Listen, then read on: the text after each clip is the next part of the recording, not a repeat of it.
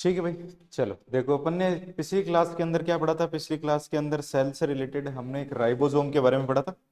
Ribosome की खोज किसने करी थी? सबसे पहले ऑब्जर्व किसने किया था? जॉर्ज पैलेट ने। तो जॉर्ज पैलेट ने इसकी खोज करी थी, तो इसलिए इसको अपन क्या बोलते हैं? पैलेट पार्टिकल भी बोलते हैं। और इसको अपन क्या बोलते हैं? Protein factory, factory of protein भी अपन बोलते हैं। फिर हमने ये सीखा था कि राइबोसोम जो होते हैं, अगर प्रोकैरियोटिक और यूकैरियोटिक की हमने बात करी थी। प्रोकैरियोट में कौन से होते हैं अपने पास में? 70s। और यूकैरियोट में कौन से होते हैं? दोनों, 70 भी होते हैं और 80 भी होते हैं। ठीक है। फिर हमने ये बात करी थी कि जो 80s जो 70s क्रोमोसोम जो होते हैं, सॉरी 70s जो राइबोसोम जो होते हैं, वो किसके पास में प्रेजेंट होते हैं? यूकैरियोट और प्रोकैरियोट दोनों में। प्रोकैरियोट के अंदर वो कहां पे प्रेजेंट होंगे? उसके साइटोप्लाज्म के अंदर। और यूकैरियोट के अंदर दो फॉर्म के अंदर होंगे। अगर अपन ये बात करते हैं कि वो आपके क्या होते हैं, जो 70s होते हैं, वो कहां पे होते हैं? क्लोरोप्लास्ट के अंदर और माइटोकॉन्ड्रिया के अंदर। अब इसके अंदर अगर अपन ये बात करते हैं, अब हम इसके अंदर एक चीज और अपन को समझनी है यहाँ पे। लास्ट में हमने एक चीज और समझी थी कि यहाँ पे, कि हमने ये पढ़ा था कि भाई एक एस का मतलब समझा था। एस का मतलब क्या होता है? सेडिमेंटेशन यूनिट कोफिशिएंट भी बोलते हैं, या फिर एक स्वेडबर्ग यूनिट भी बोलते हैं। और इसका मतलब क्या होता है कि कौन सा राइबोसोम कितनी तेजी से या फिर किस दर से क्या करेगा? सस्पेंड करेगा उसके अंदर, उसके बेसिस पे हमने ये बताया था।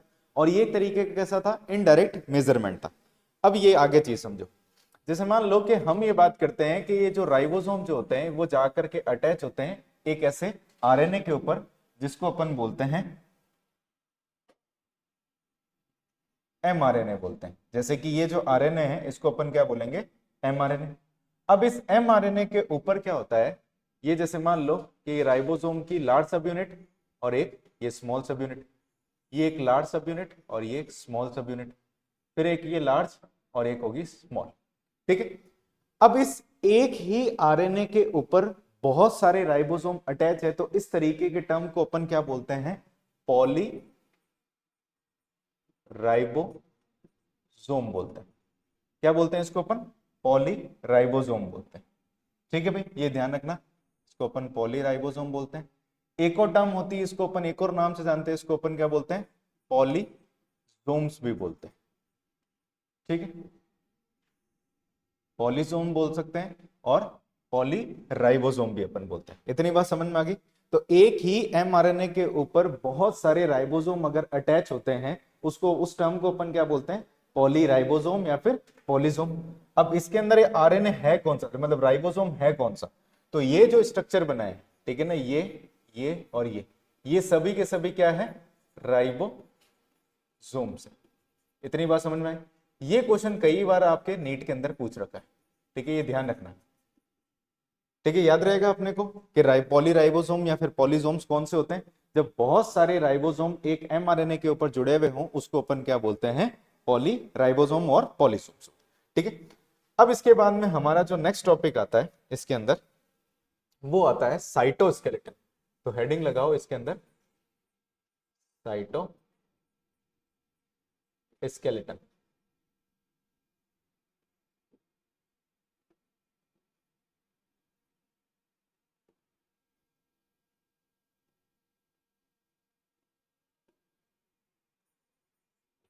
साइटोस्केलेटन।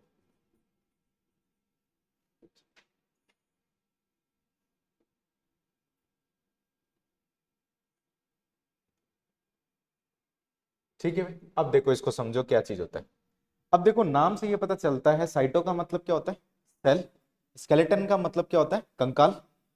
तो ऐसा स्ट्रक्चर जो सेल का क्या बनाता है? स्केलेटन बनाता है, उस तरीके के स्ट्रक्चर को क्या बोलेंगे अपन? साइटोस्केलेटन। नाम समझ में आया? तो इसी से नाम से रिलेटेड है। तो मान लो कि आपको सिखाने के लिए हमने क्या करा कि एक सेल ली यहाँ पे। ठीक है, ये जैसे मान लो कि ये एक सेल है, ये एक सेल। इस सेल के अंदर की तरफ जो है, ये ऐसे इसका न्यूक्लियस है। ठीक। अब देखो, ये होता है कि ये जो आपके साइटोस्केलेटन होते हैं, ऐसे कुछ ऐसे फिलामेंट जैसे स्ट्रक्चर होते हैं, जो जा करके इस न्यूक्लियस से, यहां से मेम्ब्रेन से निकलते हैं और पूरे के पूरे साइटोप्लाज्म के अंदर इस तरीके से क्या होते हैं? अरेंज होते हैं। इतनी बात समझ में आई? ये पूरी की पूरी क्या है? सेल। ये बीच में क्या है? न्यूक्लियस। तो ऐसे कुछ फिलामेंट की तरह, रेशो की तरह स्ट्रक्चर होते हैं, जिनको अपन क्या बोलते हैं? साइटोस्केलेटन बोलते हैं। तो साइटोस्केलेटन की जब अपन बात करते हैं, तो साइटोस्केलेटन क्या चीज होता है? तो एक ये फिलामेंटस स्ट्रक्चर होते हैं। अब ये जो फिलामेंट लाइक स्ट्रक्चर जो होते हैं ये बने हुए होते हैं प्रोटीन से, ठीक है। तो पहला क्या हो गया, फिलामेंटस। दूसरा हम क्या बोलते हैं, इसका नेचर कैसा होता है, प्रोटीनेशियस। प्रोटीनेशियस। तो फिलामेंटस होते हैं प्रोटीनेशियस स्ट्रक्चर होते हैं जो कि प्रेजेंट होते हैं, प्रोटीनेशियस स्ट्रक्चर जो कि प्रेजेंट होते हैं साइटोप्लाज्म ऑफ सेल के अंदर, ठीक है। कहां पे प्रेजेंट होते हैं ये अपने cytoplasm of cell, present in cytoplasm. इतनी बात समझ में आई आपको। तो कैसा स्ट्रक्चर होता है फिलामेंटस, किससे बना हुआ होता है, प्रोटीन से, और कहां पे प्रेजेंट होता है, साइटोप्लाज्म। ये सवाल आपसे पूछा जाता है। तो साइटोस्केलेटन जो होते हैं इनकी अगर अपन ये बात करते हैं तो साइटोस्केलेटन जो बनाने वाले कंपोनेंट होते हैं वो होते हैं तीन, यानी तीन चीजें जो होती है वो क्या करती है, साइटोस्केलेटन बनाती है, आपस में कंबाइंड नहीं करती, किसी सेल में कौन सी होती है, किसी सेल के पार्ट में कौन सा होता है, ठीक है। तो तीन स्ट्रक्चर की जब अपन बात करते हैं तो इनमें जो आता है अपने पास में, एक आता है जिसको अपन बोलते हैं माइक्रो टिब्यूल बोलते हैं, ठीक है। दूसरा जो होता है उसको अपन, जो माइक्रोट्यूब्यूल होता है, एक होता है इसके अंदर माइक्रो फिलामेंट होता है, ठीक है। और तीसरा जो होता है उसको अपन बोलते हैं इंटरमीडिएट फिलामेंट बोलते हैं, इंटरमीडिएट फिलामेंट, ठीक है भाई। बात समझ में आ गई, कौन कौन से स्ट्रक्चर होते हैं, माइक्रोट्यूब्यूल, माइक्रोफिलामेंट और इंटरमीडिएट फिलामेंट। किसको बनाते हैं ये, साइटोस्केलेटन को। अब साइटोस्केलेटन खुद प्रोटीन का बनना है तो ये सारे के सारे पे क्या होंगे, प्रोटीन। ये सभी के सभी कहां पे प्रेजेंट होंगे, साइटोप्लाज्म के अंदर, क्योंकि साइटोस्केलेटन भी कहां पे होता है, साइटोप्लाज्म के अंदर। इतनी बात समझ में आई। अभी अपन ये बात करेंगे माइक्रोट्यूब्यूल के बारे के अंदर। अब एक चीज अपन ये बात करते हैं, साइटोस्केलेटन का काम क्या होता है। अब जैसे कि आपने देखा इस सेल की शेप को मेंटेन रखने का काम कौन करेगा, साइटोस्केलेटन। हमारी बॉडी के अंदर हमारी जो बोन्स होती है हमारा एक स्ट्रक्चर मेंटेन करके रखती है, वैसे ही सेल के पास में कंकाल है जो कि उसका क्या करेगी, सेल के स्ट्रक्चर को मेंटेन करके रखेगी। तो अपन ये बात करते हैं इसके अंदर फंक्शन की, अगर अपन बात करें, ठीक है, फंक्शन ऑफ साइटोस्केलेटन। साइटोस्केलेटन की अगर अपन फंक्शन की अपन बात करते हैं, ठीक है, तो सबसे पहला फंक्शन इसके अंदर आता है हमारे पास में, ये क्या करता है, मेंटेन करता है या फिर सेल को शेप देने का क्या करता है, काम करता है, सेल की शेप देता है। तो सेल शेप के अंदर क्या करता है, काम करता है। इतनी बात समझ में आ गई, सेल की शेप देता है। दूसरा, अब मान लो कि यहां से लेकर के यहां तक एक फाइबर लग रखा है, तो ये फाइबर क्या करेगा, एक सपोर्ट देने का भी काम करेगा। तो अगर मान लो कोई बाहर से प्रेशर आता है तो प्रेशर आने की वजह से हो सकता है अगर साइटोस्केलेटन ना होता तो पिचक जाती, टूट जाती। तो हम ये बात करते हैं कि जस्ट सपोज करो एक आपने एक रूम बनाया, उस रूम के अंदर आपने बीच के अंदर एक पिलर खड़ा करते हैं, पिलर खड़ा करते हैं।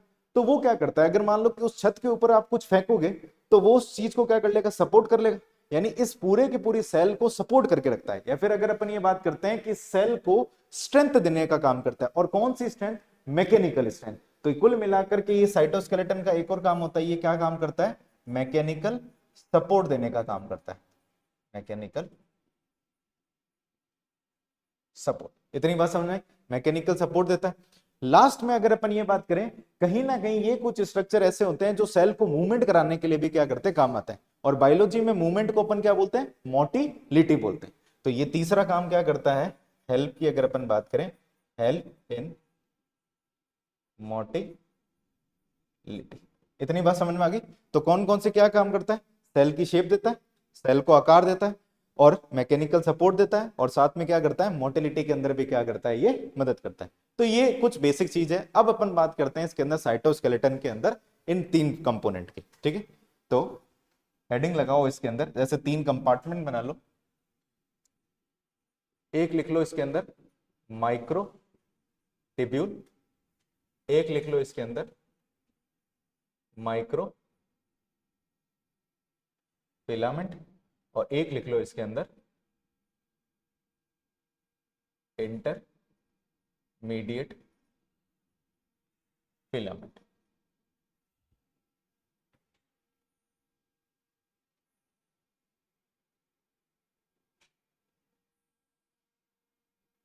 ठीक है।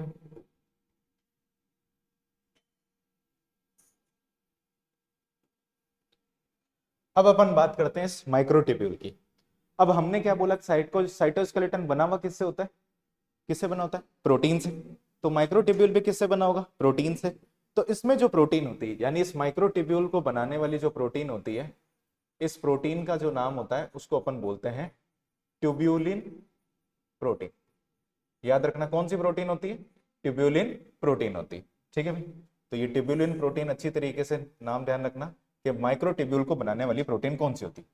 अब इस माइक्रोट्यूब्यूल की अगर अपन बात करते हैं तो किस तरीके से बनता है, अगर माइक्रोट्यूब्यूल अगर देखा जाए तो देखो ऐसे क्या होते हैं, ऐसे ऐसे सर्कुलर स्ट्रक्चर्स होते हैं इस तरीके से। आप सीधे ही बना देते हैं, ये देखो ऐसे क्या होते हैं, ऐसे ये सर्कुलर स्ट्रक्चर होते हैं। हर एक सर्कल जो है वो रिप्रेजेंट करता है माइक्रोट्यूब्यूल को। ये कुछ इस तरीके का स्ट्रक्चर होता है और ये सारे के सारे माइक्रोट्यूब्यूल मिल करके एक रिंग लाइक अरेंजमेंट बनाते हैं। दिख रहा है रिंग की तरह अरेंजमेंट। तो यहां पे देखा गया तो यहां पे करीब करीब हमारे को इस पूरे के अंदर 13 ट्यूब्यूलिन की रिंग मिली। ठीक है, ये 13 ट्यूब्यूलिन की जो रिंग मिलती है हमारे को, इसी रिंग लाइक स्ट्रक्चर को अपन क्या बोलते हैं, माइक्रोट्यूब्यूल बोलते हैं। ठीक है, इसी स्ट्रक्चर को अपन क्या बोलते हैं, माइक्रोट्यूब्यूल। इतनी बात समझ में आई, माइक्रोट्यूब्यूल क्या चीज होता है। तो 13 ट्यूब्यूलिन की रिंग जो होती है आपस में मिल कर करके क्या बनाती है, माइक्रोट्यूब्यूल बनाती है। ठीक है, अब ये जो होता है माइक्रोट्यूब्यूल किस तरीके से, अब अगर मान लो कि हमने ये सिर्फ और सिर्फ बाहर से देख रहे हैं, अब ये ट्यूब कैसे होगा, जैसे मान लो कि ये एक माइक्रोट्यूब्यूल की ट्यूब है, ट्यूब लाइक स्ट्रक्चर है। फिर ऐसे करते करते हमारे पास में क्या हुआ, 13 ट्यूब लाइक स्ट्रक्चर बने। जब अपन ने इसको काट करके देखा तो एक एक चीज का अपन को क्या मिला, सर्कुलर सेक्शन। अगर इसको अपन ऐसे देखेंगे तो आपको कुछ ये इस तरीके से दिखाई देगा। ये जैसे मान लो कि ये एक ट्यूब्यूल दिखा, फिर इसके साथ में ऐसे दूसरा ट्यूब्यूल दिखा, ये इस तरीके से क्या होगा, आपको ये ऐसे दिखाई देगा। इतनी बात समझ में, और ये ऐसे चलता जाएगा। अगर अपन ये बात करें यहां पे, इतनी बात समझ में। तो ये पूरा का पूरा जो स्ट्रक्चर है, इस स्ट्रक्चर को अगर अपन ये बात करें यहां पे, ये जो स्ट्रक्चर होता है इसको अपन बोलते हैं माइक्रोट्यूब्यूल। जैसे अगर इसको भी बोल सकते हैं, आप इसको लिख लेंगे, इसको अपन क्या बोलेंगे, माइक्रोट्यूब्यूल बोलेंगे।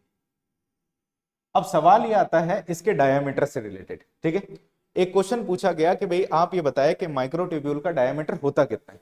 तो इसका जब डायामीटर नापते हैं अपने, तो इसका डायामीटर दिखता है अपने को यहां से लेकर के यहां तक, जो ये इसकी डायामीटर होता है वो होता है 25 नैनोमीटर। ठीक है, जो कि याद रखना। इतनी बात समझ में आ गई। तो माइक्रोट्यूब्यूल किससे बना होता है, ट्यूब्यूलिन प्रोटीन से। कितने ट्यूब्यूलिन के रिंग होते हैं, 13। ये 13 ट्यूब्यूलिन के रिंग मिल करके क्या बनाते हैं, माइक्रोट्यूब्यूल। और इसको अपन ऐसे करके देखते हैं तो ऐसे लंबे ट्यूब लाइक स्ट्रक्चर दिखते हैं, जिसका डायमीटर कितना होता है, 25 नैनोमीटर होता है। इतनी बात पल्ले पड़ गई। अब मेन बात यह है कि माइक्रोट्यूब्यूल का काम क्या होता है। अगर अपन इसके फंक्शन की अगर अपन बात करें तो ठीक है, इसके अगर अपन फंक्शन की अगर अपन बात करते हैं तो यहां पे लिख देता हूं मैं। ठीक, आप इसको साथ में लिख लेना, नहीं तो चलो बाद में लिखा देंगे, पहले आप इसको समझ लो, ये माइक्रोफिलामेंट को समझ लो। अब माइक्रोफिलामेंट भी किससे बना हुआ होगा, प्रोटीन से। ये किससे बना था, ट्यूबुलिन प्रोटीन से। ये बना हुआ होता है, एक प्रोटीन होती है जिसका नाम होता है एक्टिन प्रोटीन। ठीक है, ये ऐसे क्या होता है, इस तरीके से प्रोटीन होती है। ये जो है ये बना हुआ होता है एक्टिन प्रोटीन से। ठीक है भाई, याद रहेगा आपको एक्टिन प्रोटीन क्या चीज होती है। एक्टिन प्रोटीन अपन कहां पे पढ़ते हैं, मसल के कॉन्ट्रैक्शन के अंदर। तो ये जो आपके बना हुआ होता है वो किससे बना हुआ होता है, एक्टिन प्रोटीन से। अब यहां पे जब देखा गया तो ये जो होता है, जैसे यहां पे अगर आप देखोगे तो ये होलो स्ट्रक्चर है, होलो समझ के, ऐसे एक पाइप लाइक स्ट्रक्चर बनता है। ये जो एक्टिन प्रोटीन होती है ये इसको क्या करती है, सॉलिड स्ट्रक्चर बनाने के लिए क्या करती है, काम में आती है। तो ये जो अपने पास में माइक्रोफिलामेंट होता है, ये कैसा स्ट्रक्चर होता है इसका, सॉलिड स्ट्रक्चर होता है। क्या इतनी बात समझ में आई आपको। तो माइक्रोफिलामेंट किस तरीके का स्ट्रक्चर होता है, सॉलिड स्ट्रक्चर। कौन सी प्रोटीन से बना हुआ होता है, अपने पास में एक्टिन प्रोटीन से बना हुआ होता है। अब अगर इसके और इसके फंक्शन की अगर अपन बात करें तो साइटोस्केलेटन का मेन फंक्शन क्या है, सेल को शेप देना। तो इसका काम भी क्या होगा, सेल को शेप देना। इसका काम भी क्या होगा, सेल को शेप देना। ठीक है, ये चीज भी होगी। अभी इसके फंक्शन अपन बाद में बात करेंगे। अब अपन बात करते हैं इसके अंदर इंटरमीडिएट फिलामेंट की। अब इंटरमीडिएट फिलामेंट समझो, देखो इंटरमीडिएट फिलामेंट जो होते हैं ना वो अलग अलग तरीके की प्रोटीन से मिलकर के बने हुए होते हैं। तो इसमें ये चीज नोट कर लेना कि ये बने हुए होते हैं डिफरेंट टाइप ऑफ प्रोटीन। इतनी बात समझ में आई? अलग अलग तरीके की प्रोटीन्स होती है जो कि प्रेजेंट होती है। अगर हाँ एक चीज और रखी इसके अंदर, इसका डायामीटर। तो जो अपने पास में माइक्रोट्यूब्यूल्स होते हैं उसका डायामीटर जो होता है 6 से लेकर के 7 नैनोमीटर के आसपास में होता है। तो इसके डायामीटर को ध्यान रखना, इसका जो डायामीटर होता है वो कितना होता है, 6 टू लेकर के 7 नैनोमीटर के आसपास में होता है। ठीक है, अब यहां पे इसके डायामीटर की जब अपन बात करते हैं, इसका जो डायामीटर होता है, ठीक है, इसके डायमीटर की जब अपन बात करते हैं तो इसका डायमीटर हमारे को मिलता है 8 से लेकर के 12 नैनोमीटर के आसपास, 8 टू लेकर के 12 नैनोमीटर। अब आपसे अगर मान लो कि इनके साइज के आधार पे, ठीक है ना, ऑर्डर पूछे तो सबसे बड़ा कौन होगी, माइक्रोट्यूब्यूल। सेकंड नंबर पे कौन आएगा, इंटरमीडिएट फिलामेंट। और तीसरे नंबर पे कौन आएगा अपने पास में, माइक्रोफिलामेंट। तो अगर मैं यहाँ पे एक ऑर्डर लिख देता हूं इसका, ठीक है ना, ये ऑर्डर को ध्यान रखना। ठीक है, ऑर्डर जो है इसका सबसे ज्यादा ये किसके आधार पे अगर अपन बात करें, साइज के आधार पे अगर अपन बात करें, और साइज भी किसके आधार पे, डायमीटर के हिसाब से। तो सबसे बड़ा कौन हो गया इसके अंदर, माइक्रोट्यूब्यूल हो गया। माइक्रोट्यूब्यूल के बाद में कौन आएगा अपने पास में, इंटरमीडिएट फिलामेंट आएगा। और इंटरमीडिएट फिलामेंट के बाद में कौन आएगा अपने पास में, माइक्रो फिलामेंट आएगा। ठीक है भाई, इतनी बात समझ में आ गई। तो ऑर्डर के हिसाब से देखा गया तो यहाँ पे माइक्रोट्यूब्यूल, माइक्रोट्यूब्यूल के बाद में कौन आ गया अपने पास में, इंटरमीडिएट फिलामेंट और माइक्रोफिलामेंट। माइक्रोट्यूब्यूल का डायमीटर कितना होता है अपने पास में, 25 नैनोमीटर। और इसका डायमीटर कितना होता है, 8 से लेकर के 12, और इसका कितना होता है, 6 टू 7 होता है। अब इसके अंदर अलग अलग तरीके की प्रोटीन होती है, तो इसका एग्जाम्पल सुनो। ठीक है, इसका एग्जाम्पल बहुत इंपॉर्टेंट है। मैं आपको एक ही एग्जाम्पल बताता हूं, वैसे 2-3 और बता दूंगा जो आपके काम आएंगे। एक प्रोटीन होती है जिसका नाम होता है लेमिन प्रोटीन। ठीक है, क्या नाम होता है इसका, लेमिन प्रोटीन। ये लेमिन प्रोटीन का काम क्या होता है कि जो न्यूक्लियर मेम्ब्रेन होती है, ठीक है ना, यानी न्यूक्लियस की जो मेम्ब्रेन होती है उसके जस्ट नीचे की तरफ प्रेजेंट होता है, कि ताकि न्यूक्लियस की जो शेप है वो क्या रहे, मेंटेन रहे। तो इसका काम क्या होता है, ये क्या करता है, formation of nuclear lamina, nuclear lamina. ठीक है, न्यूक्लियर लेमिला बनाने का क्या करता है, काम करता है। और यह न्यूक्लियर लेमिला क्या करती है, give shape to nucleus. Nucleus को शेप देने का क्या करता है, काम करता है। इतनी बात समझ में आई किस तरीके से काम करता है। तो कौन सी प्रोटीन होती है, लेमिन प्रोटीन, जो कि कहां पे होती है, अगर आपसे ये पूछे लेमिन प्रोटीन कहां पे होती है, न्यूक्लियस के अंदर की तरफ होती है, जैसे न्यूक्लियर मेम्ब्रेन की जो अंदर वाली लेयर होती है वहां पे होती है। इतनी बात समझ में आ गई। इसी को कोई डाउट इसमें लिखना चाहते हो तो लिख लो इसको। अब अपन बात करते हैं इसके फंक्शन पे। ठीक है, तो इसके फंक्शन लिखो।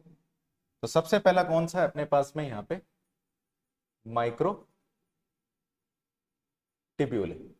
ठीक है, जैसे कि हमने ये बात करी कि ये जो है पार्ट किसका है, आपके साइटोस्केलेटन का। तो इसका सबसे पहला काम होता है give shape to cell, cell को शेप देने का काम करता है। दूसरी चीज अगर अपन बात करें, इसका एक और काम होता है, ये सीलिया फ्लैजिला का क्या करता है, फॉर्मेशन करता है। ठीक है ना, तो आगे अपन पढ़ेंगे फॉर्मेशन ऑफ सीलिया फ्लैजिला। सीलिया और फ्लैजिला बनाने के लिए क्या करता है, ये आपको हेल्प करता है, फॉर्मेशन करता है। नेक्स्ट अगर अपन ये बात करें, एक स्ट्रक्चर होता है जो हम बात करते हैं सेंट्रियोल। सेंट्रियोल का नाम याद है, तो सेंट्रियोल जो होता है उसका भी फॉर्मेशन करता है। तो ये लिखते जाओ साथ साथ में, फॉर्मेशन ऑफ सेंट्रियोल। ठीक है, फॉर्मेशन किसका करता है, ये सेंट्रियोल का फॉर्मेशन करता है। और अगर अपन ये बात करें सेल डिवीजन में, हम एक चीज पढ़ेंगे, एक फाइबर पढ़ेंगे जिसको अपन बोलते हैं स्पिंडल फाइबर, तो उसका भी फॉर्मेशन करता है ये। ठीक है ना, formation of spindle fibre. Spindle fibre बनाने का भी क्या करता है, ये आपके काम करता है। जो कि स्पिंडल फाइबर किस में काम आते हैं, सेल डिवीजन के अंदर काम आते हैं। तो इसके ब्रैकेट में लिख लेना यहां पे सेल डिवीजन। सेल डिवीजन में स्पिंडल फाइबर काम आते हैं। लास्ट इसका फंक्शन जो होता है, अगर इसके लास्ट फंक्शन की अगर बात करें तो इंट्रा सेलुलर ट्रांसपोर्ट, ठीक है ना। सेल के अंदर जो ट्रांसपोर्ट होता है उसके अंदर भी क्या करता है, ये काम में आता है। तो इंट्रा सेल्यूलर ट्रांसपोर्ट, इतनी बात समझ में आई। कौन कौन सा फंक्शन हो गया, शेप देना, सीलिया फ्लैजिला का फॉर्मेशन करना, सेंट्रियोल को बनाना, फॉर्मेशन करना स्पिंडल फाइबर का, और इंट्रासेल्युलर ट्रांसपोर्ट का काम करता है, ठीक है। दूसरा जो आता है अपने पास में, हमने बात करी थी, कौन सा था, माइक्रो फिलामेंट, ठीक है भाई। माइक्रो फिलामेंट की जब अपन ने बात करी थी,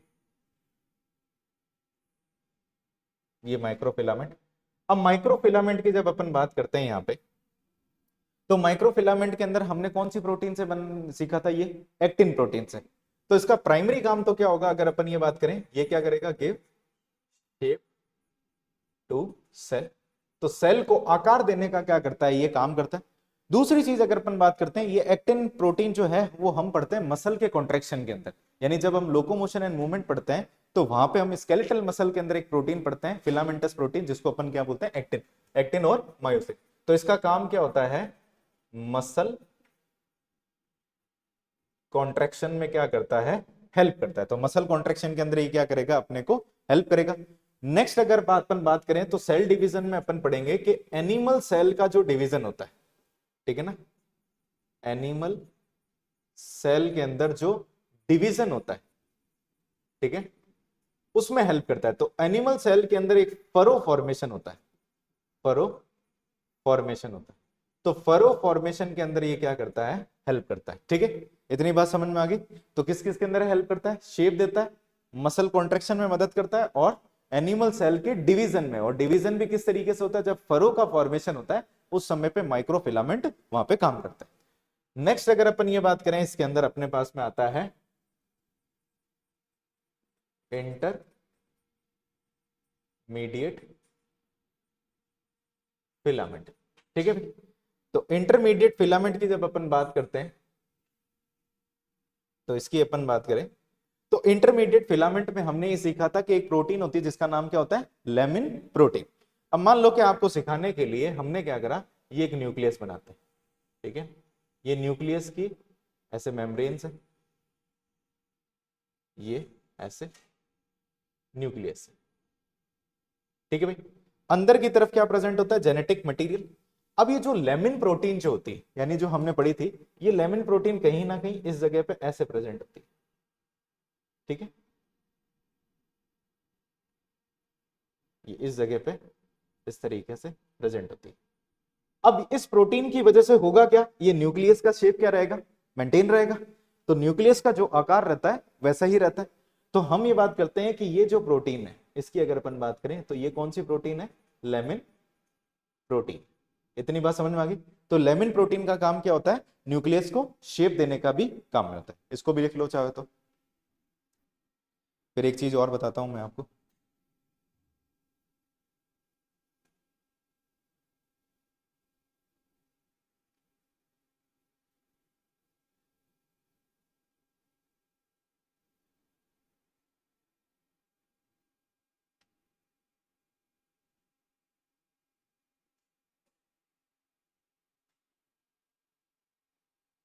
चलें आगे, चलो। अब देखो हम ये बात करते हैं इसके अंदर कुछ एक्स्ट्रा चीजों की। जैसे कि हमने ये बात करा, लेमिन प्रोटीन कहां पे प्रेजेंट है, न्यूक्लियस के अंदर। वैसे ही एक प्रोटीन होती है जिसका नाम होता है डेस्मिन।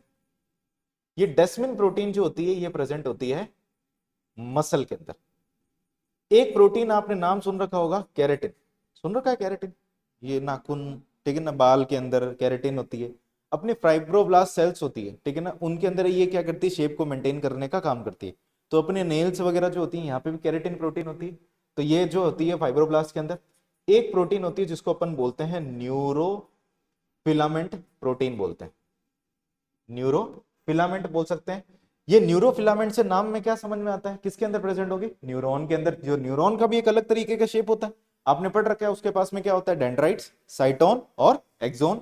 तो इसका एक अलग तरीके का ब्रांच शेप होता है, उसको बनाए रखने का भी काम कौन करता है, ये न्यूरोफिलामेंट। तो ये कुछ एक्स्ट्रा चीज है जो आप ध्यान रख लेना कि ताकि आपको पता हो। तो ऐसा नहीं है कि ये सिर्फ और सिर्फ जो इंटरमीडिएट फिलामेंट है वो सिर्फ और सिर्फ लेमिन प्रोटीन ही आती है, उसमें बहुत सारी प्रोटीन भी शामिल होती है इसके अंदर।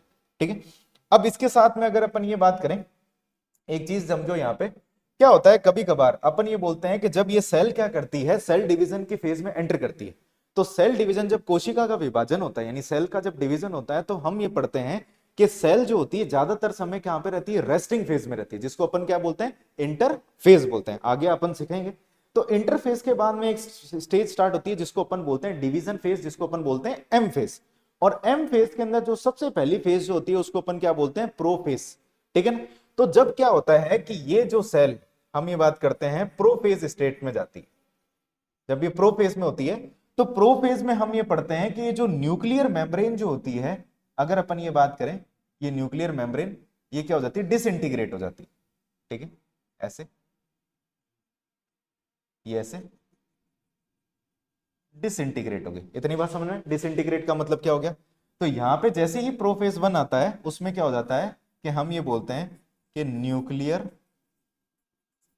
मेम्ब्रेन डिसइंटीग्रेट हो जाती है।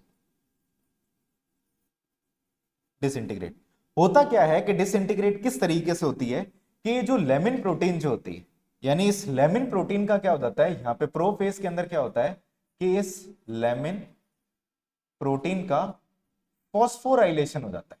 ठीक है ना, लेमिन प्रोटीन का क्या हो जाता है, फॉस्फोराइलेशन। तो फॉस्फोराइलेशन की वजह से क्या हो जाती है, ये प्रोटीन क्या हो जाती है, टूट जाती है। तो ना रहेगी प्रोटीन, ना रहेगी मेम्ब्रेन।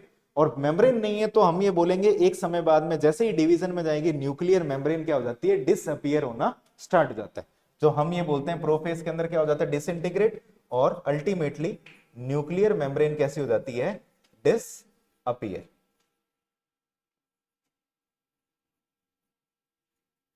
इतनी बात समझ में आ गई आपको सबको।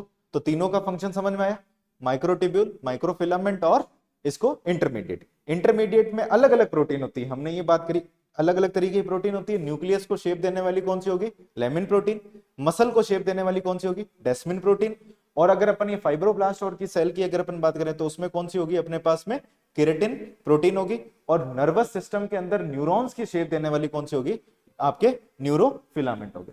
इतनी बात समझ में आ गई। इसमें कुछ देखना है तो देख लो, फिर आगे अब अपन बात करते हैं इसके अंदर।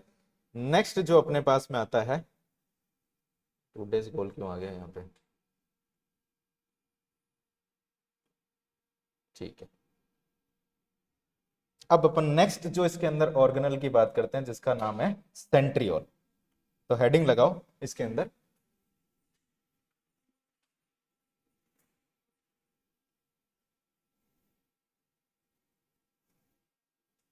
नेक्स्ट स्ट्रक्चर की हेडिंग लगाओ सेंट्रियोल।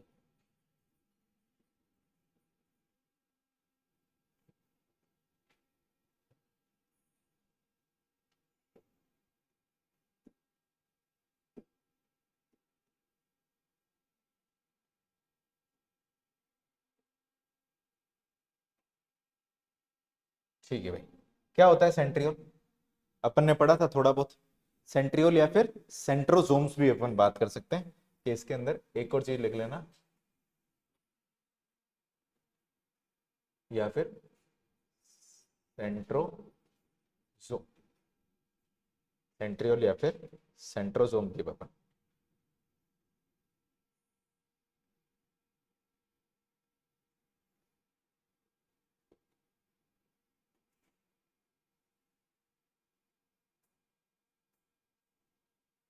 क्या होता है, किस में प्रेजेंट होता है सेंट्रियोल सेंट्रोजोम है, बताओ भाई। अपन ने ये पढ़ा था, एनिमल सेल में प्रेजेंट होता है, प्लांट सेल में एब्सेंट होता है। तो सबसे पहला पॉइंट इसके अंदर अपन ये बात करते हैं, प्रेजेंट इन एनिमल सेल और एब्सेंट इन प्लांट सेल। लेकिन कभी कभार जो लोअर प्लांट होते हैं, यानी जो निचले क्रम के जो प्लांट होते हैं, उनमें ऐसा देखा गया है। तो हम ये बोलते हैं, ठीक है, ऑब्जर्व इन लोअर प्लांट। इतनी बात समझ में आ गई। अब किस तरीके का स्ट्रक्चर होता है उसको देखो। ये जो सेंट्रियोल का, जैसे मान लो कि आपको सिखाने के लिए ये एक सेल है। इस सेल के अंदर अगर अपन ये बात करते हैं कि यहाँ पे ऐसे सिलेंड्रिकल स्ट्रक्चर होता है, ये ऐसे, ये इस तरीके से, ये सिलेंड्रिकल स्ट्रक्चर होता है। दिखाई दे रहा है सिलेंड्रिकल स्ट्रक्चर? ये जो सिलेंड्रिकल स्ट्रक्चर होता है, इनमें से जो एक सिलेंडर जो होता है, इस एक सिलेंडर को अपन बोलते हैं सेंट्रियोल। ठीक है भाई, ये एक सिलेंडर सेंट्रियोल होगा। ये वाला भी कौन होगा? सेंट्रियोल होगा। ये जो पूरा का पूरा जो स्ट्रक्चर है, यानी यहाँ पे ये जो ये कंप्लीट स्ट्रक्चर जो है, ये जो स्ट्रक्चर है, इस स्ट्रक्चर को अपन बोलते हैं सेंट्रोसोम बोलते हैं। डिफरेंस समझ में आया? एक सिलेंडर है तो सेंट्रियोल, और दो सिलेंडर आपस में परपेंडिकुलर है। परपेंडिकुलर समझ गए? एक एक्सिस एरी, एक एक्सिस एरी, दोनों के बीच में कितना डिग्री है? 90 डिग्री। तो दोनों के दोनों जो परपेंडिकुलर है, ये कुल मिलाकर के मिलकर के क्या बनाते हैं? सेंट्रोसोम। तो हम ये बोलते हैं कि जो सेंट्रोसोम होता है वो होता क्या? दो सेंट्रियोल क्या होते हैं कि आपके किस तरीके से अरेंज होते हैं? 90 डिग्री के अंदर अरेंज होते हैं। ठीक है ना? तो हम ये बोलते हैं both centriole arranged at perpendicular perpendicularly. ठीक है, इसका मतलब हो गया 90 डिग्री पे प्रेजेंट होते हैं। 90 डिग्री पे प्रेजेंट है तो उसको अपन क्या बोलेंगे? सेंट्रियोल बोलेंगे। अब सेंट्रियोल की जब अपन बात करते हैं तो इस एक सेंट्रियोल को अपन यहां पे समझते हैं। ठीक है, इस एक सेंट्रियोल को, यहां पे मैं एक स्ट्रक्चर बनाता हूं एक सेंट्रियोल का। तो ये बना हुआ किससे होता है? अगर सेंट्रियोल की हमने एक चीज पढ़ी थी कि कौन सी प्रोटीन से बना होता है? कौन सी प्रोटीन होता है? कौन सा साइटोस्केलेटन होता है इसके अंदर? माइक्रोट्यूब्यूल। और माइक्रोट्यूब्यूल किससे बना होता है? Tubulin protein. याद रखने का तरीका क्या है? माइक्रोट्यूब्यूल, ट्यूब्यूल से कौन सी होगी? ट्यूब्यूलिन प्रोटीन होगी। इतनी बात समझ में आ गई? तो ये सेंट्रियोल किससे बना होगा? ट्यूब्यूलिन प्रोटीन से। और कितनी, एक माइक्रोट्यूब्यूल को बनाने के लिए कितनी ट्यूब्यूलिन प्रोटीन चाहिए? 13। तो ऐसे 13 के एक ऐसे कॉलम होंगे और ऐसे क्या बनेगा? एक ट्यूब लाइक स्ट्रक्चर बनेगा। कैसे बनेगा? जैसे मान लो कि ये एक ट्यूब है, इस तरीके से अरेंज है, ये ऐसे, ये एक ट्यूब बन गई, फिर इसके पास में एक ऐसे ट्यूब बन गई, फिर इसके पास में ऐसे ट्यूब बन गई। ऐसे करते करते ऐसे पूरा का पूरा ये ऐसे स्ट्रक्चर दिख जाएगा। इतनी बात समझ में आई? तो ऐसे ये इस तरीके से ये ट्यूब लाइक स्ट्रक्चर बनता है। इतनी बात समझ में आ गई? ये जो इस तरीके से बनता है, तो आपको ऐसे ट्यूब लाइक स्ट्रक्चर दिखाई दे रहा होगा। ये ट्यूब लाइक स्ट्रक्चर मिलकर के क्या बनाएगा? सेंट्रियोल का फॉर्मेशन करेगा। तो एक सेंट्रियोल ऐसे बना और एक सेंट्रियोल कैसे बनेगा? इस तरीके से प्रेजेंट रहेगा। अब इस सेंट्रियोल की जब अपन बात करते हैं तो ये हमने क्या बनाया है? यहाँ पे सेंट्रियोल बनाया। ठीक है, अब सेंट्रियोल की जब अपन बात करते हैं तो ये कहां पे प्रेजेंट है? ये कहां दिखाई दे रहा है आपको? साइटोप्लाज्म के अंदर। तो पहला पॉइंट ये आता है इसके अंदर, ये कहां पे लोकेटेड होता है? Located in cytoplasm. Located in cytoplasm के अंदर। तो साइटोप्लाज्म के अंदर प्रेजेंट होता है। इनके अंदर ये जो एक रॉड लाइक स्ट्रक्चर जो दिखाई दे रही है, ये यहां पे जो ये रॉड लाइक स्ट्रक्चर जो दिखाई दे रहा है, अच्छा ये रॉड लाइक स्ट्रक्चर के कौन से प्रोटीन से मिलकर के बनी हुई है? Tubulin protein. और ट्यूबुलिन प्रोटीन आगे जाकर के किसको बनाता है? माइक्रोट्यूब्यूल को। तो ये रॉड लाइक स्ट्रक्चर खुद है क्या? ये एक तरीके का क्या है? माइक्रोट्यूब्यूल। तो बहुत सारे माइक्रोट्यूब्यूल मिलकर के एक सिलेंड्रिकल स्ट्रक्चर का फॉर्मेशन करते हैं। उस स्ट्रक्चर को क्या बोलते हैं? सेंट्रियोल। और जब दो सेंट्रियोल आपस में 90 डिग्री पे अरेंज हो जाते हैं तो उस स्ट्रक्चर को क्या बोलते हैं? सेंट्रोसोम बोलते हैं। क्लियर होगी बात को? तो ये जो होता है अपने पास में सेंट्रियोल और सेंट्रोसोम होता है। अब इसके अंदर अपन ये बात करते हैं कि जो सेंट्रियोल जो होता है, हम ये बात करते हैं इसके अंदर कि ये जो सिलेंड्रिकल स्ट्रक्चर को अपन डिटेल के अंदर एनालिसिस करते हैं। पहले इसको लिख लो आप, चले आगे। अब देखो, अब हमारे को ये सीखना है कि ये सेंट्रियोल के अंदर कितने माइक्रोट्यूब्यूल्स होते हैं और किस तरीके से अरेंज रहते हैं। चलिए भाई, अभी अपन बात करते हैं। तो एक मैं फोटो बनाता हूँ, साथ साथ में फोटो भी बना लेना। उससे पहले अगर अपन ये बात करें तो यहाँ पे एक ऐसे लिख लो कि सेंट्रियोल जो होता है उसके अगर स्ट्रक्चर की अपन बात करें तो सिलेंड्रिकल स्ट्रक्चर होता है। सिलेंड्रिकल स्ट्रक्चर होता है। नेक्स्ट अगर अपन ये बात करें इसके अंदर जो नंबर ऑफ माइक्रोट्यूब्यूल्स होते हैं, माइक्रोट्यूब्यूल्स का जो नंबर होता है वो होता है 9। ठीक है ना, ये टर्म ध्यान रखना कि माइक्रोट्यूब्यूल यहाँ पे 9 दिखाई देते हैं। अब जब क्या होता है, साइंटिस्ट ने क्या करा कि माइक्रो सेंट्रियोल का स्ट्रक्चर माइक्रोस्कोप में देखा, तो पहले वाला माइक्रोस्कोप सस्ता वाला था, ठीक है ना, तो सस्ते वाले माइक्रोस्कोप के अंदर उनको एक मतलब उन्होंने 9 ही माइक्रोट्यूब्यूल देखे। अब उन्होंने क्या करा, चंदा भिड़ा करा, ठीक है ना, चंदा इकट्ठा करने के बाद में बढ़िया वाला माइक्रोस्कोप लेकर के आए, ठीक है ना, थोड़ा सा उन्होंने स्पॉन्सर लेकर के आए। फिर उन्होंने इलेक्ट्रॉन माइक्रोस्कोप लिया, इलेक्ट्रॉन माइक्रोस्कोप के अंदर उनको बिल्कुल डीएसएलआर जैसे पिक्चर आई। अब उन्होंने देखा कि वहां पे एक माइक्रोट्यूब्यूल नहीं है, माइक्रोट्यूब्यूल 3 माइक्रोट्यूब्यूल मिलकर के एक रो के अंदर अरेंज है, और ये 3 3 के क्या है, ऐसे 9 सेट है, ठीक है ना। तो वहां पे अभी मैं फोटो बनाता हूँ, उस फोटो को अच्छी तरीके से समझना।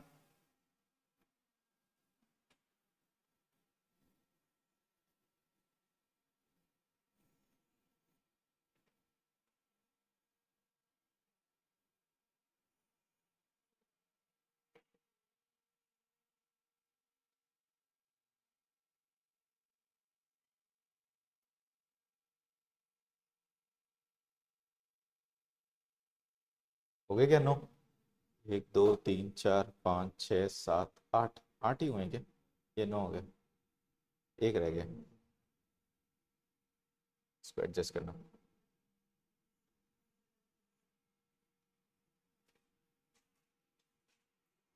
ठीक है, हो गया, 9 हो गए, ठीक है।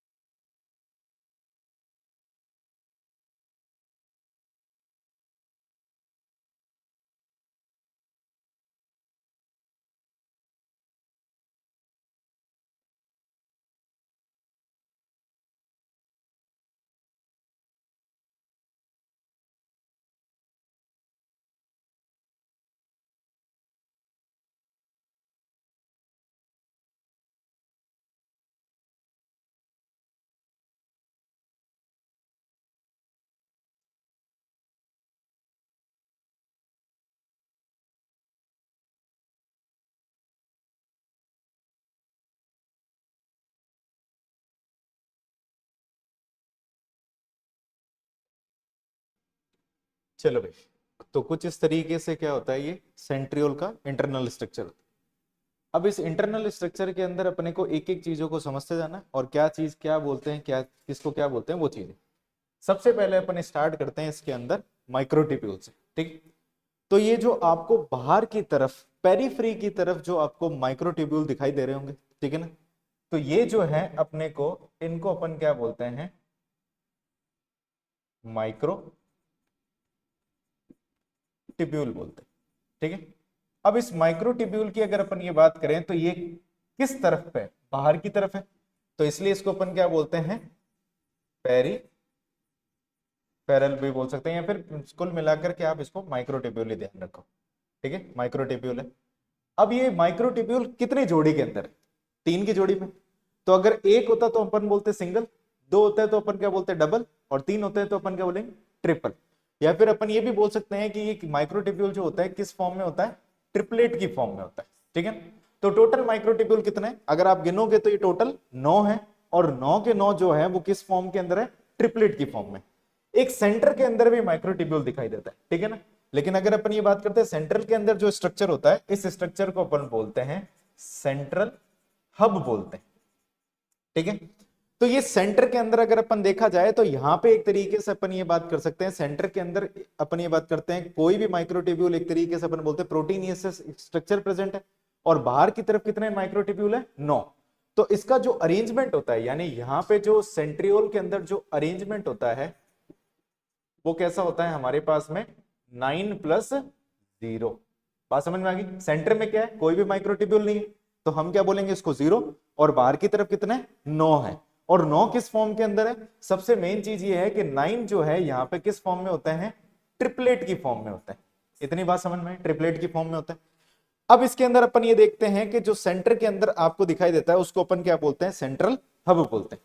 अब यहाँ पे जो माइक्रोट्यूब्यूल जो होते हैं वो यहाँ पे अलग अलग अपने पास में माइक्रोट्यूब्यूल होते हैं, उनको अलग अलग नाम दिया गया। सबसे अंदर की तरफ जो मिलता है उसको अपन बोलते हैं ए, बाहर की तरफ मिलता है उसको अपन बोलते हैं बी, और लास्ट में जो मिलता है आपको मिलता है सी बोलते हैं। अब आप ये देखते हो कि एक अपने पास में एक प्रोटीन स्ट्रक्चर होता है जो ए को सी से जोड़ता है, इतनी बात समझ में आता है।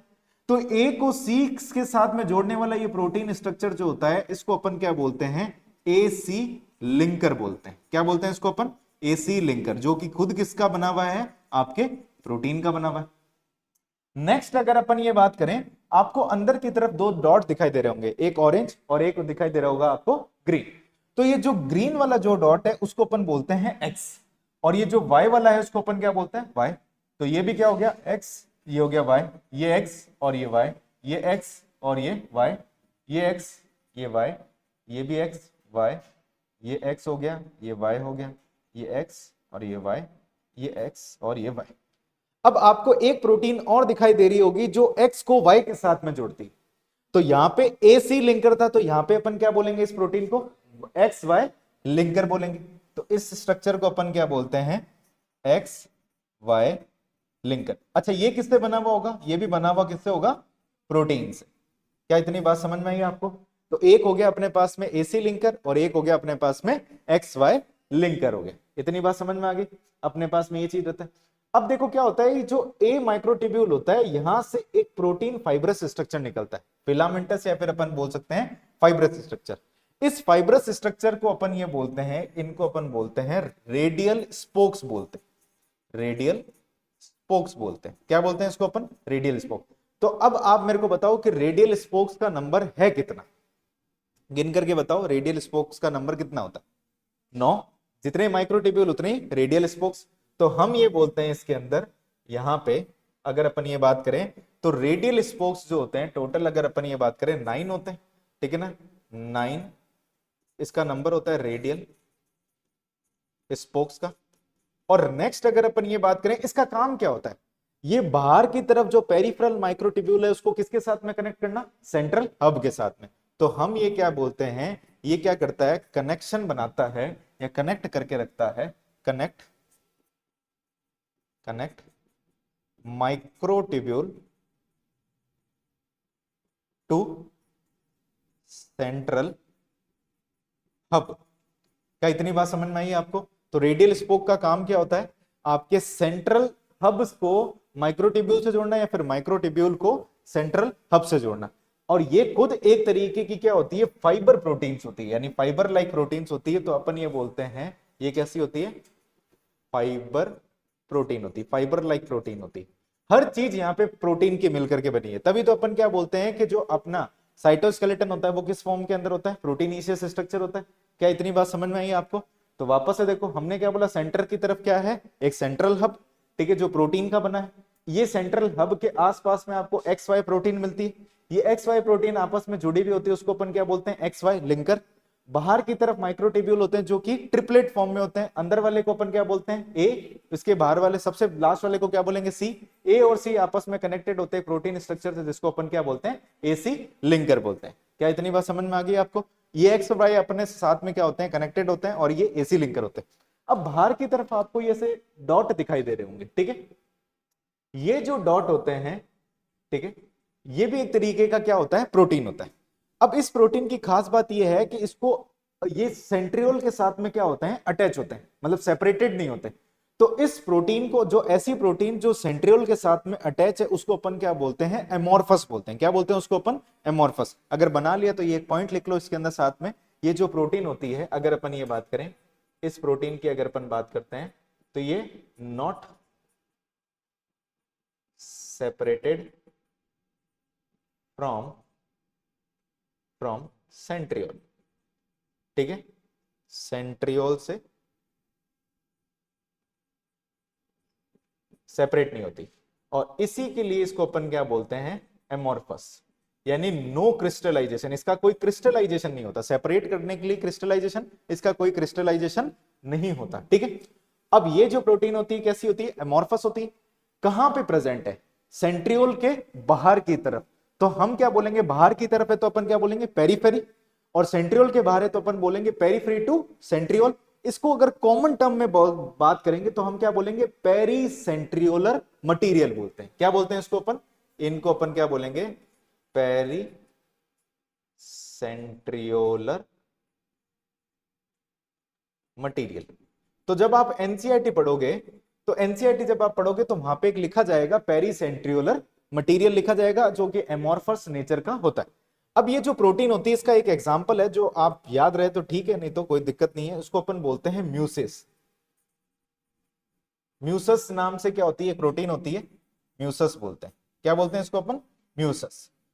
अब इस प्रोटीन का काम क्या होता है, इस प्रोटीन का काम होता है कि ये क्या करता है, खुद का सेंट्रियोल का सेल्फ रेप्लिकेशन करने के लिए काम में आती है। कि जब सेल डिवीजन होता है तो हम ये बोलते हैं सेंट्रियोल का क्या होता है, डुप्लीकेशन। एक सेंट्रियोल से दूसरा सेंट्रियोल बनता है, तो एक सेंट्रियोल से दूसरे सेंट्रियोल बनाने में क्या होती है, ये प्रोटीन अपने पास में काम में आती है। तो म्यूसिस का काम होता है, ये क्या करती है, हेल्प करती है, हेल्प इन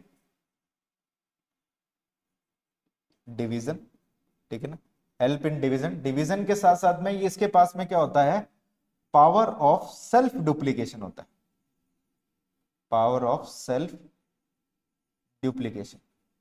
सेल्फ डुप्लीकेशन का मतलब होता है कि जब सेल डिवीजन होता है उस समय पे क्या होता है, ये अपने आप को क्या कर सकती है, सिंगल से डबल कर सकती है। क्या ये बात समझ में आ गई आपको, क्या क्या इसके पास में स्ट्रक्चर होते हैं जो आपके क्या होते हैं, कि जैसे पेरीसेंट्रियोलर। एक चीज और लिख लेना, ये कहां पे होती है, outer side of, outside to centriole. अब मेरे को ये बताओ कि क्या आपको सेंट्रियोल के आसपास में कोई लेयर दिखाई दे रही, कोई मेम्ब्रेन दिखाई दे रही? तो हम इस स्ट्रक्चर को क्या बोलेंगे, मेम्ब्रेन लेस बोलेंगे, ठीक है। ये भी बहुत इंपॉर्टेंट है, इसको अपन क्या बोलते हैं, मेम्ब्रेन लेस बोलते हैं। ये जो सेंट्रियोल जो होता है वो कैसा स्ट्रक्चर होता है, एक मेम्ब्रेन लेस ऑर्गेनल,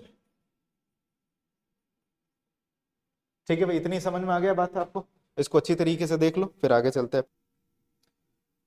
अब अपन ये बात करते हैं इसके अंदर कि ये किस तरीके से डुप्लीकेशन करता है, उसके ऊपर रिलेटेड बात करते हैं।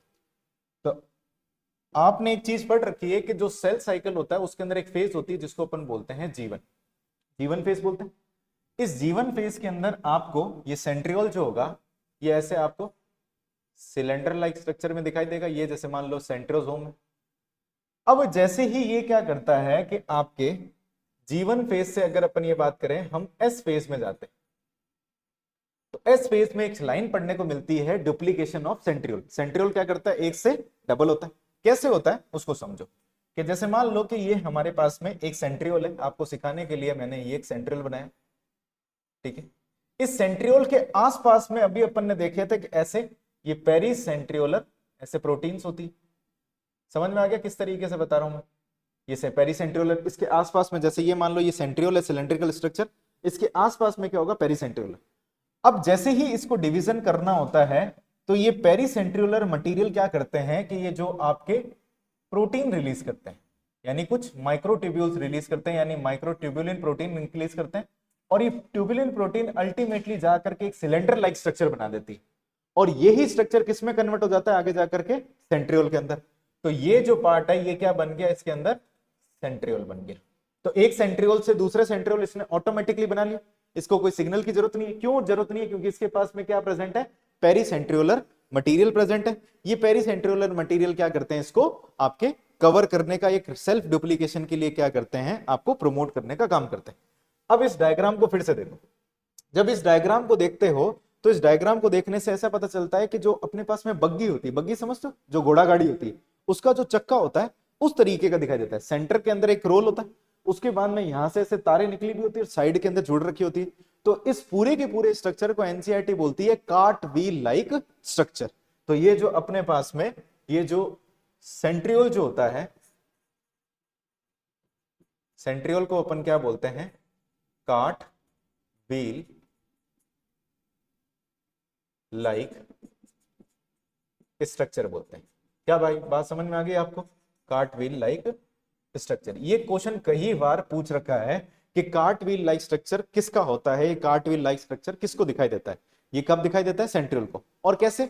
अगर सेंट्रियोल ऐसे है तो क्या कार्ट व्हील दिखेगा आपको? नहीं दिखेगा। सेंट्रियोल को आपको क्या करना पड़ेगा? ऐसे और ऐसे कट करना पड़ेगा। जब आप उसका ट्रांसफर सेक्शन करोगे तब आपको दिखाई देगा। तो किस फॉर्म में दिखाई देगा ये आपको? At transverse section.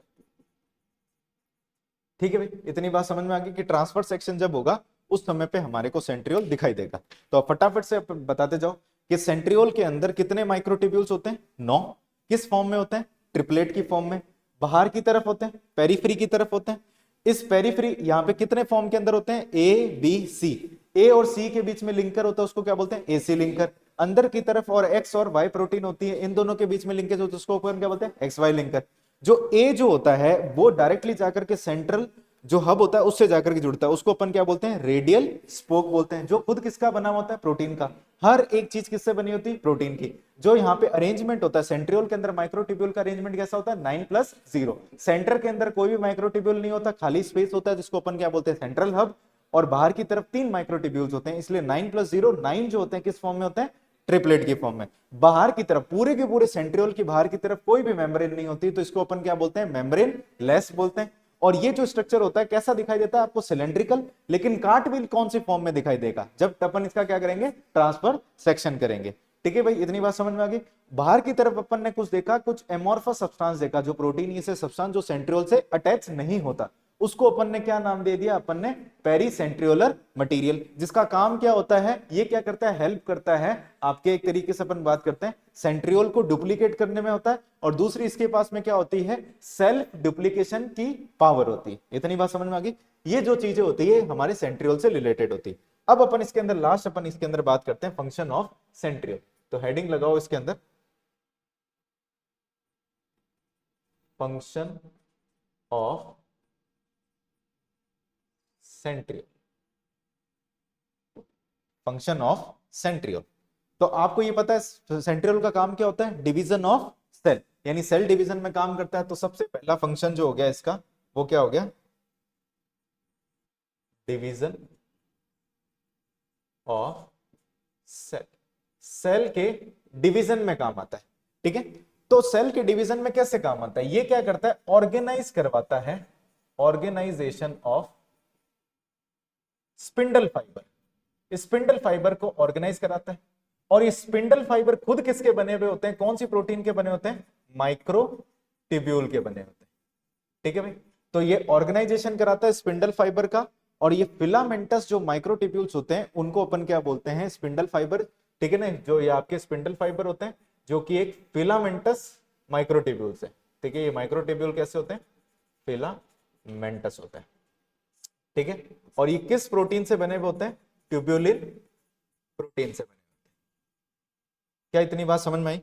अब ये किस तरीके से डिवीजन होता है, जैसे मान लो कि आपको, अपन ये बात करते हैं यहां पे,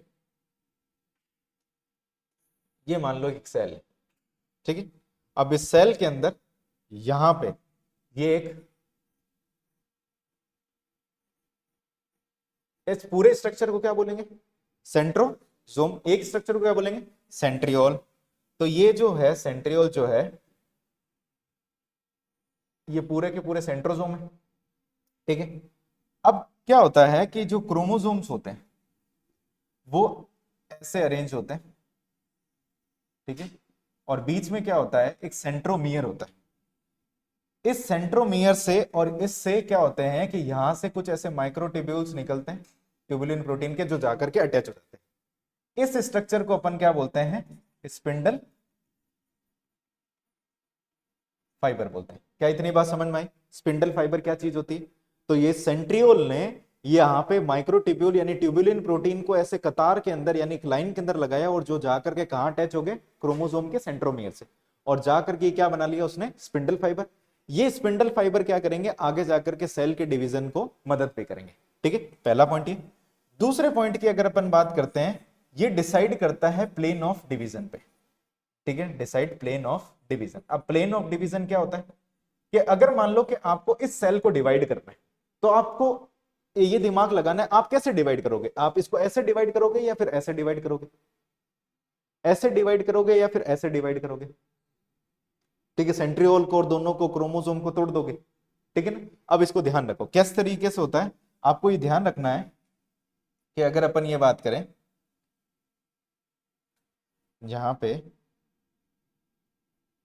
जो यहां पे प्लेन ऑफ डिवीजन होता है, ये जैसे मान लो कि ये सेंट्रियोल यहां पे अरेंज है, इसके जस्ट 90 डिग्री पे जो भी प्लेन होगा, तो ये क्या करेगा, इस प्लेन से डिवाइड कर देगा।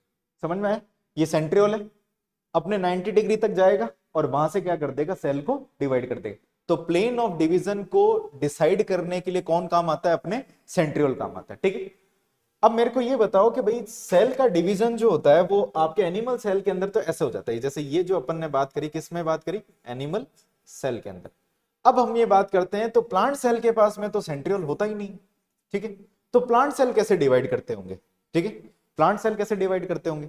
तो प्लांट सेल के पास में क्या होता है, एक गामा ट्यूबुलिन प्रोटीन नाम से गामा ट्यूबुलिन प्रोटीन कॉम्प्लेक्स या फिर बॉडी होती है, जो क्या करती है, डिवीजन का काम करती है। और लास्ट पॉइंट इसके अंदर आता है, ये क्या करता है, आपके फॉर्मेशन ऑफ बेसल बॉडी का भी काम करता है, formation of basal body.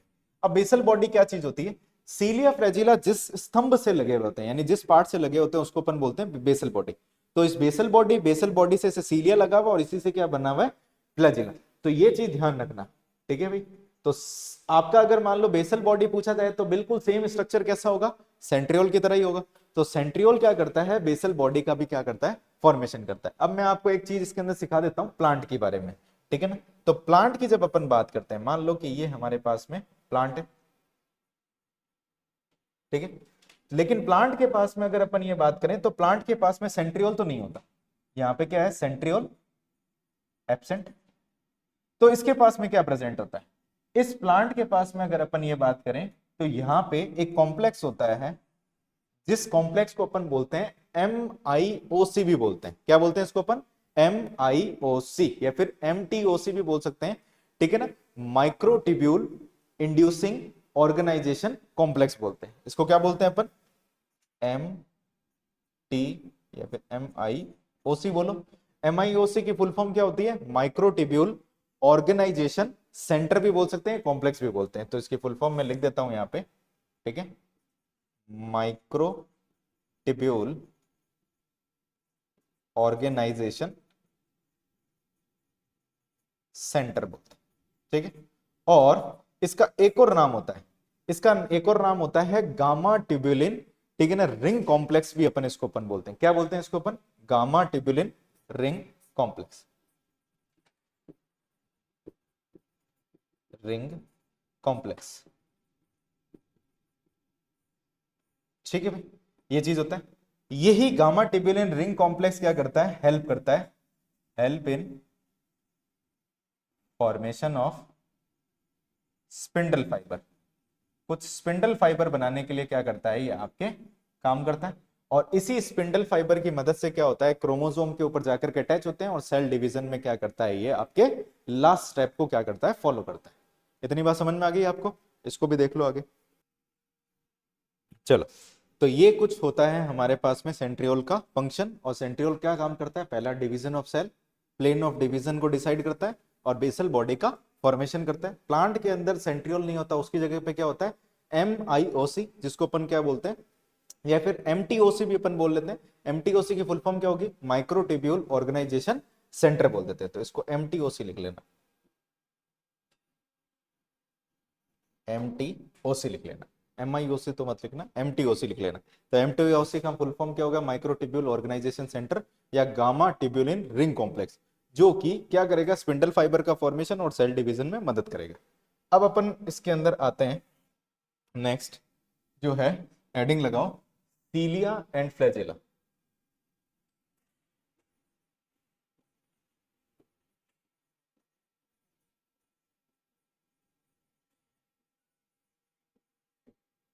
Cilia and flagella.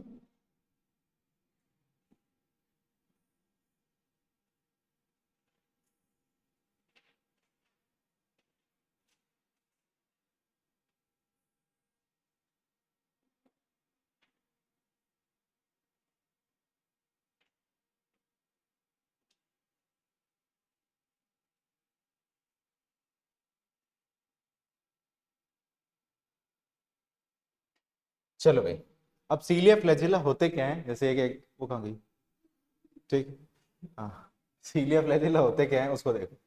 मान लो कि आपको सिखाने के लिए ये एक हमारे पास में ऑर्गेनिज्म है, ऐसा कहीं देख रखा होगा आपको, इसको क्या बोलते हैं, पैरामीशियम, ठीक है। तो इस पैरामीशियम की ऐसे, क्या यूग्लिना कौन बोला, ठीक। तो ये ऐसे कुछ, इसके ऊपर क्या होते हैं, ऐसे कुछ स्ट्रक्चर होते हैं,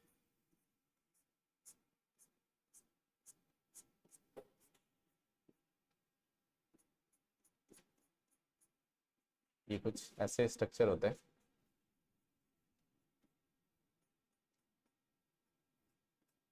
तो ये छोटे ब्रश की तरह जो स्ट्रक्चर दिखाई दे रहे हैं आपको, इस ये जो होते हैं अपने पास में, इसको अपन क्या बोलते हैं, सीलिया बोलते हैं, ठीक है। फ्लैजिला भी होते हैं।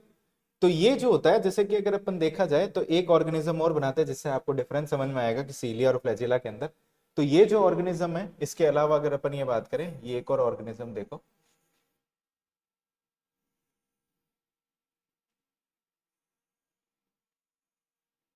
तो जैसे मान लो कि ये एक ऑर्गेनिज्म है जिसकी बॉडी के ऊपर ऐसे लॉन्ग ट्यूब लाइक स्ट्रक्चर आपको दिखाई देते हैं, ठीक है।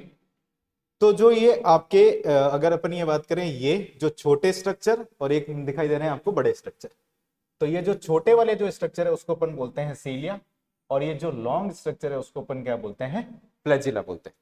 अब सीलिया और फ्लैजिला की अगर अपन डिफरेंस की अगर अपन बात करें, तो यहाँ पे एक डिफरेंस बना लेते हैं अपन, ठीक है। तो एक एक तरफ लिख लो सीलिया और एक तरफ लिख लो फ्लैजिला, सीलिया और एक तरफ लिख लो फ्लैजिला। अब ये दोनों के दोनों जो है सरफेस स्ट्रक्चर है, बॉडी की सतह से क्या होते हैं, ये अटैच होते हैं, और बॉडी की सतह से अटैच होते हैं, तो ये कहीं ना कहीं ये क्या करते हैं, सेल को मूवमेंट कराने के लिए, मोबिलिटी के लिए, मोटिलिटी के लिए काम में आते हैं। और इनकी लेंथ के अंदर क्या होता है, कुछ ना कुछ वेरिएशन होता है। तो अपन ने क्या बात कर रहे हैं कि इसके अंदर सीलिया और फ्लैजिला के अपन इसके अंदर डिफरेंस की बात कर रहे हैं। सबसे पहले अपन इसके अंदर बात करते हैं इसके नंबर की। तो सीलिया का अगर अपन देखा जाए तो इसका नंबर क्या होता है, ज्यादा, ठीक है ना। तो इसका नंबर क्या होता है, अगर नंबर की अगर अपन बात करें तो ये कैसे होते हैं, मैनी, ठीक है, ज्यादा नंबर के अंदर होते हैं। फ्लैजिला की अगर अपन ये बात करते हैं तो इसका नंबर कैसा दिखाई दे रहा है आपको, कम दिखाई दे रहा है, तो अपन क्या बोलेंगे इसके अंदर, इसका नंबर क्या होता है, फ्यू। तो ये कैसे होते हैं, मैनी, यानी नंबर में ज्यादा होते हैं, और ये कैसे होते हैं, नंबर के अंदर कम होते हैं। दूसरी अगर अपन ये बात करें साइज की, अगर अपन बात करते हैं, ठीक है ना, साइज की बात करते हैं यहाँ पे। अच्छा, साइज के हिसाब से बताओ कि कौन सा शॉर्ट है और कौन सा लॉन्ग है। शॉर्ट कौन है, सीलिया, और लॉन्ग कौन है, फ्लैजिला। तो ये क्या होते हैं, शॉर्ट स्ट्रक्चर होते हैं, यानी इसके अंदर लेंथ जो होती है इसकी शॉर्ट होती है, और इसकी क्या होती है, लेंथ लॉन्ग होती है। तो लॉन्ग स्ट्रक्चर कौन सा है आपके, फ्लैजिला है, और यहाँ पे क्या होते हैं ये चीज, अब देखो क्या होता है कि इनके मूवमेंट की अगर अपन बात करते हैं, तो आपने एक चीज देखी होगी, जैसे आपने ओणम का नाम सुना, एक अपने एक फेस्टिवल होता है जो उस साइड में ओणम, उसमें क्या होता है कि वहां पे बोट रेस होती है, देखा है? जो बहुत सारे लोग क्या करते हैं, ऐसे साइड में बैठते हैं और एक साथ में क्या करते हैं, ऐसे वो चप्पू को चलाते हैं, ठीक है, देखा है? तो अगर मान लो कि एक सपोज करो कि आधे लोग क्या करें, एक डायरेक्शन में मूव करें और आधे लोग एक डायरेक्शन में मूव करें, तो वो बोट क्या होगी, कहीं ना कहीं नहीं जाएगी। अगर मान लो कि सारे के सारे जो चप्पू है वो एक साथ में चलाएंगे तो उसकी स्पीड अप भी ज्यादा होगी और मूवमेंट भी करेंगे। तो जो सीलिया जो होता है वो क्या करते हैं कि जो बोट के अंदर जो चप्पू होते हैं उस तरीके से मूवमेंट करते हैं, तो इसका मूवमेंट का लिखा जाता है लाइक ओक। जो और जो होते हैं उसकी तरह क्या करते हैं, ये मूवमेंट करते हैं। तो इसके सबसे पहले अपन बात करते हैं यहाँ पे मूवमेंट की, तो हेड इसमें लिख लो तीसरा पॉइंट इसका, मूवमेंट, ठीक है ना? तो यहां पे जो सीलिया का जो मूवमेंट होता है वो किस तरीके का, कोऑर्डिनेटेड मूवमेंट होता है, ठीक है? इसका जो मूवमेंट होता है वो कैसा होता है, कोऑर्डिनेटेड। ये चीज ध्यान रखना, ठीक है ना? कोऑर्डिनेटेड जस्ट लाइक और, ठीक है ना, चप्पू की तरह क्या करता है, ये आपके मूवमेंट करता है। इस तरीके के मूवमेंट को अपन पेंडुलर मूवमेंट भी अपन बोलते हैं, ठीक है ना, पेंडुलर मूवमेंट भी अपन बोलते हैं। तो यहां पे मैं लिख देता हूं, ठीक है ना, ऑल्सो कॉल्ड पेंडुलर मूवमेंट, ठीक है? इसको अपन क्या बोलते हैं, पेंडुलर मूवमेंट भी बोलते हैं, ठीक है? अब ये पेंडुलर मूवमेंट काम किस में आता है, सेल को मूव कराने के लिए काम में आता है, आसपास के फ्लूइड को मूव कराने के लिए भी क्या करता है, काम में आता है।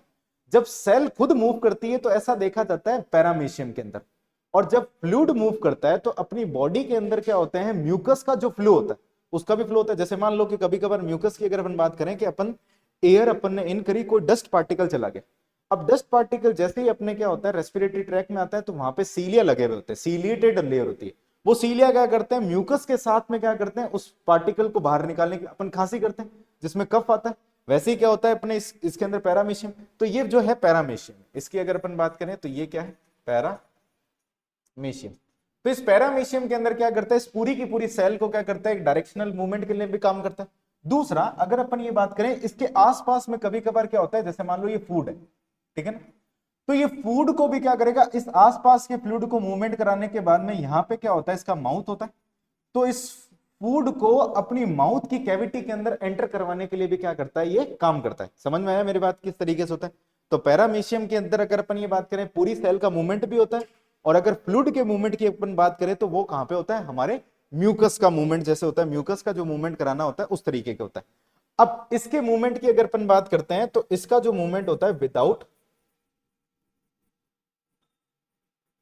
कोऑर्डिनेटेड, बिना कोऑर्डिनेटेड या फिर विदाउट कोऑर्डिनेशन, बिना कोऑर्डिनेशन के साथ में क्या होता है, इसका मूवमेंट होता है। अब इसका जो मूवमेंट होता है चाबुक की तरह होता है। चाबुक समझते हो क्या होता है, एक साइड में अपन ने क्या करा, मारा, वो एक विप फ्लैश मूवमेंट भी अपन बोलते हैं या फिर अंडुलेटेड मूवमेंट भी अपन बोलते हैं। जैसे कि अगर अपन बात करें हाथ में क्या होता है कि अपने, कभी आपने चाबुक देखा हो तो ऐसे क्या करते हैं, ऐसे बसंती वाला देखा है ना आपने, बसंती इन कुत्तों के सामने मत नाचना, ठीक है ना? तो वो जैसे ही क्या करते हैं, जैसे चाबुक को ऐसे मूव करते हैं तो एक वेव लाइक मोशन बनता है, ठीक है ना? तो ये जो मूवमेंट होता है यहाँ पे अपन ये बात करते हैं वेव लाइक मूवमेंट होता है, ठीक है भाई?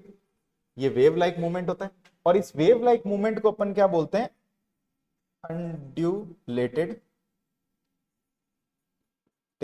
मूवमेंट बोलते हैं, ठीक है? अंडुलेटिंग मूवमेंट भी होता है।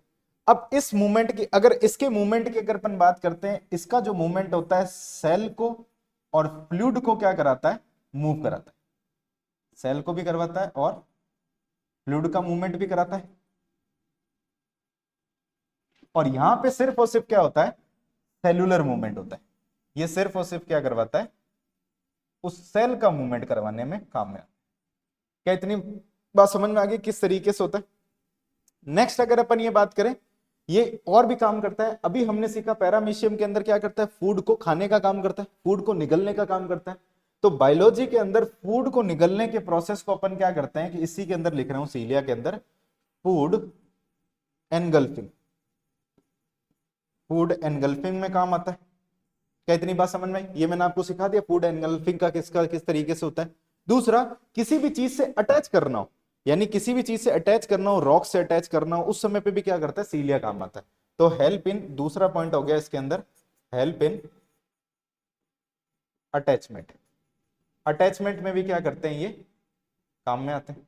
तो अटैचमेंट में भी काम में आता है, तो एनगल्फिंग में भी काम आता है। और सेंसेशन, इसके पास में क्या होता है, सेंस होता है। सेंस का मतलब होगा कि आसपास में अगर खाना है या कोई टॉक्सिक सब्सटेंस भी है, जैसे मान लो कि यहाँ पे आपको सिखाने के लिए यहाँ पे कोई टॉक्सिन है, तो इस टॉक्सिन से ये क्या करेगा, इसको नहीं खाएगा।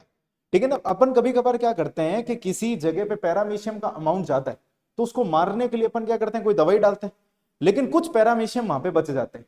अब उन्होंने क्या करा कि बाकी पैरामीशियम ने क्या करा, इस टॉक्सिन को फूड समझ के क्या कर लिया, अपनी बॉडी के अंदर इनटेक कर लिया, और ये टॉक्सिन उसकी बॉडी को डिस्ट्रॉय कर देगा। लेकिन ये इसके सीलिया के पास में क्या होता है, सेंसेशन होता है, तो इस टॉक्सिन को पहचान लेता है और इससे क्या करता है, इसको एनगल्फ नहीं करता। तो अपन ये बात करते हैं, इस सीलिया के पास में क्या होते हैं, सेंसेशन होता है। ठीक है। लेकिन इस फ्लैजिला की जब अपन बात करें तो ये क्या होते हैं, लंबे ऐसे हेयर लाइक स्ट्रक्चर होते हैं, हेयर लाइक समझ गए। और हेयर की तरह अगर स्ट्रक्चर होते हैं तो किसी भी सेल को मूवमेंट को किसी भी डायरेक्शन के अंदर मूवमेंट कराते हैं, लेकिन सीलिया में ऐसा नहीं है। सीलिया के अंदर क्या होगा, एक डायरेक्शनल मूवमेंट होगा, एक यूनिडायरेक्शनल मूवमेंट होगा, या तो ये यहां जाएगा या तो ये यहां जाएगा।